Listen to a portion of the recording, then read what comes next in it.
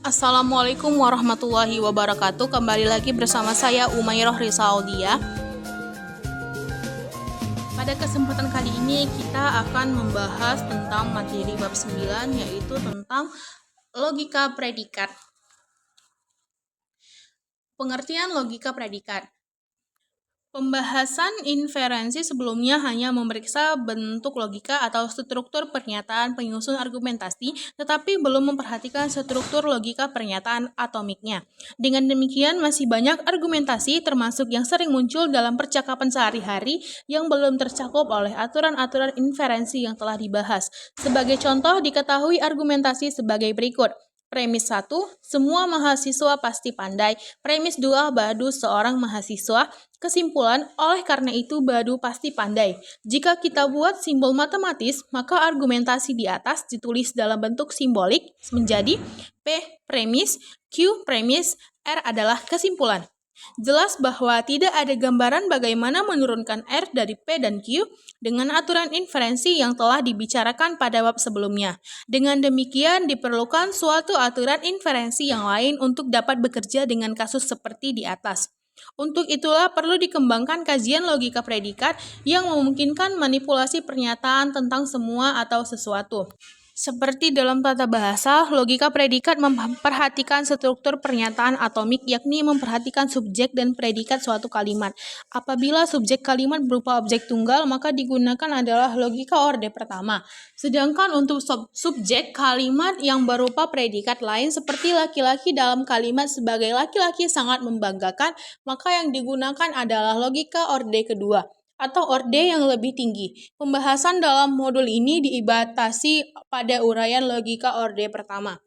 Istilah dalam logika predikat. Dalam logika predikat yang paling utama adalah bahwa dunia berisi objek-objek, yaitu identitas atau ciri-ciri individu dan sifat atau properties yang membedakan mereka dengan objek yang lainnya. Di antara objek tersebut akan dibuat bermacam relasi. Beberapa relasi adalah fungsi, yaitu hubungan di mana hanya ada satu nilai untuk satu input.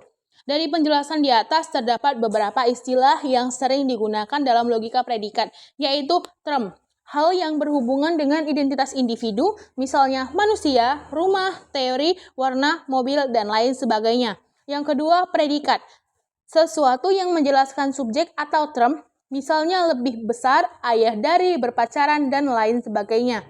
Yang ketiga, fungsi proporsional. Fungsi proposisional, setiap predikat pada logika predikat akan diberi nama yang diikuti oleh dengan daftar argumen. Daftar ini kemudian ditutup dengan tanda kurung biasa seperti predikat term 1, term 2. Contoh soal, diberikan pernyataan sebagai berikut. Nani adalah adik dari Sri. Tentukan term, predikat, dan fungsi proposisional.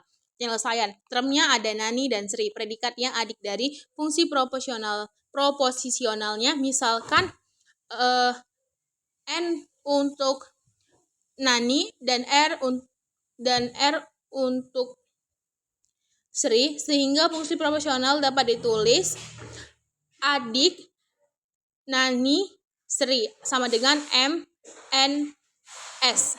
Dan ada kuantor dalam logika predikat. Selain menggunakan predikat atau relasi, logika predikat juga menawarkan kuantor untuk membuat kalimat logika yang lebih sederhana. Ada dua jenis kuantor, yaitu kuantor universal dan kuantor eksistensial.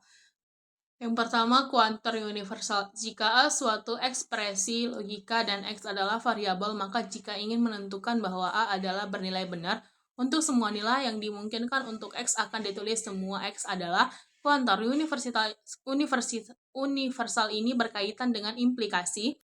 Adapun ciri-ciri dari kuantor universal yaitu ada kata semua, setiap, masing-masing, atau dengan simbol A, terbalik dibaca untuk setiap.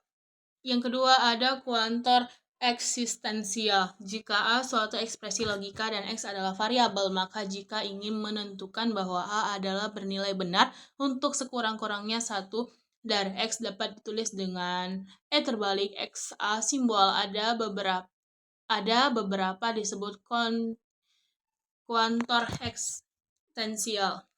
A adalah skup dari kuantor simbol E terbalik X dibaca dengan ada beberapa atau tidak semua. Kuantor eksistensial ini berkaitan dengan konjungsi. Yang terakhir ada soal latihan, yaitu tentukan nilai kebenaran dari pernyataan yang diberikan. A. Jika C, XY dibaca X lebih kecil dari Y, tentukan nilai kebenaran dari C 42 dan C 23. Penyelesaian C, XY, X-nya diketahui 3, Y-nya 2.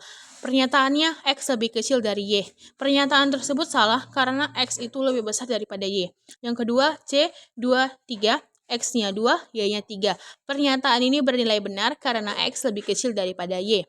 B. Jika L, X, Y, Z dibaca X kurang Y sama dengan 3, tentukan nilai kebenaran dari L413 dan L431. L413, X-nya 4, Y-nya 1, Z-nya 3. 4 kurang 1 sama dengan 3. Jadi pernyataan ini bernilai benar. Yang kedua, L sama dengan 431. X-nya 4, Y-nya 3, Z-nya 1. Pernyataan ini bernilai salah karena X dikurangi Y, 4 dikurang 3 sama dengan 1. Itu saja yang dapat saya sampaikan. Bila ada kesalahan kata dalam penyampaian materi, saya mohon maaf.